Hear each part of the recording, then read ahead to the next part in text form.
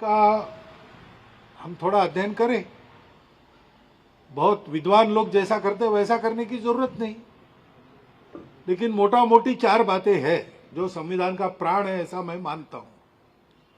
संविधान की अपने प्रस्तावना है, प्रीएम्बल।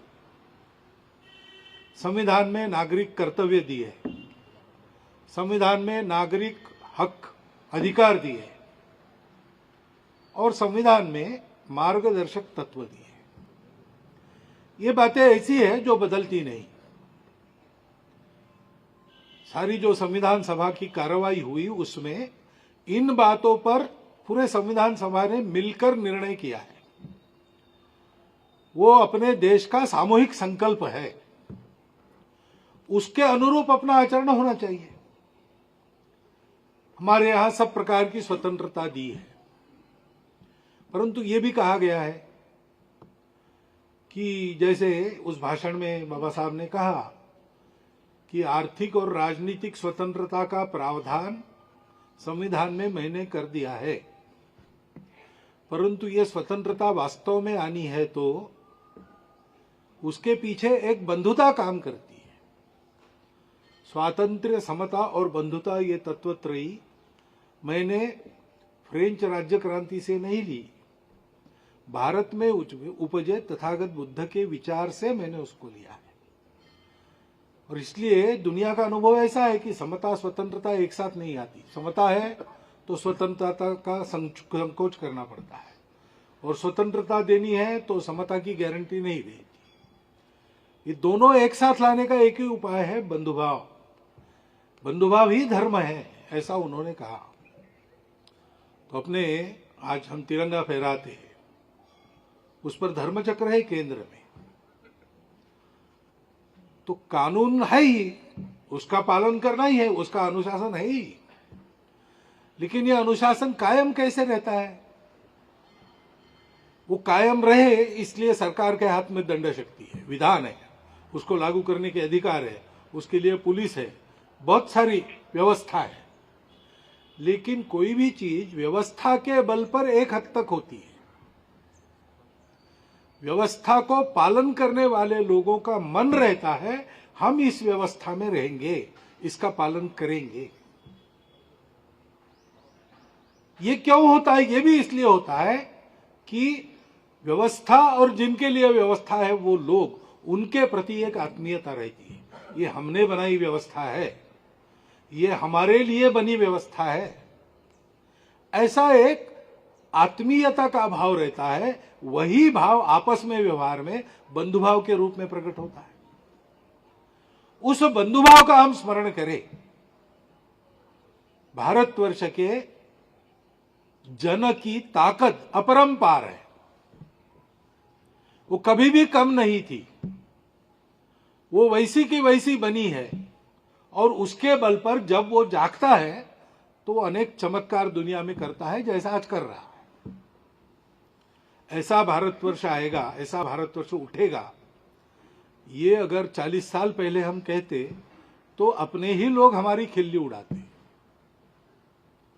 लेकिन आज हम देख रहे हैं कि हर क्षेत्र में हम आगे बढ़ रहे हैं।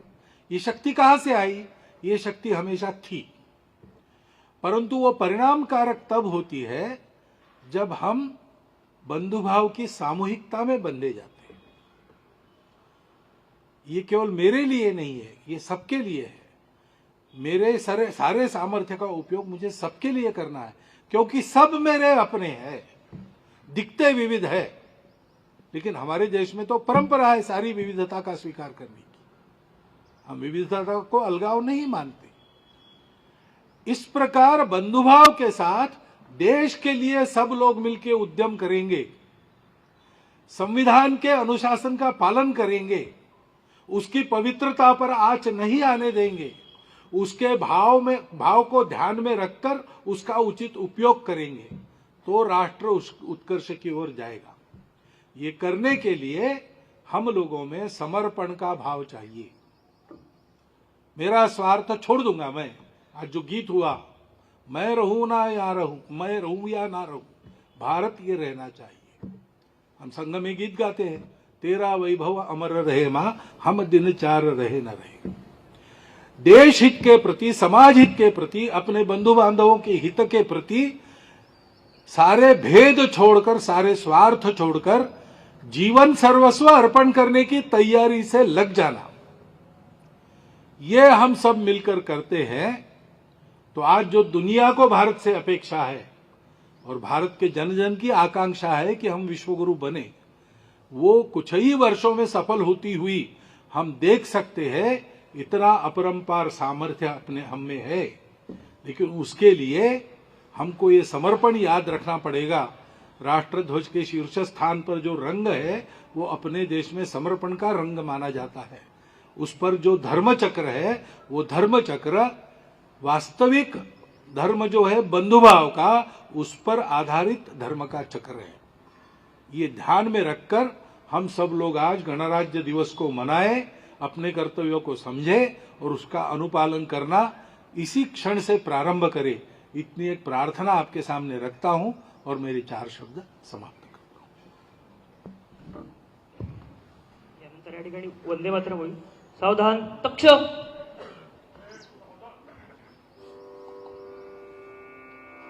वंदे मातरम, वंदे मातरम, सुजनाम।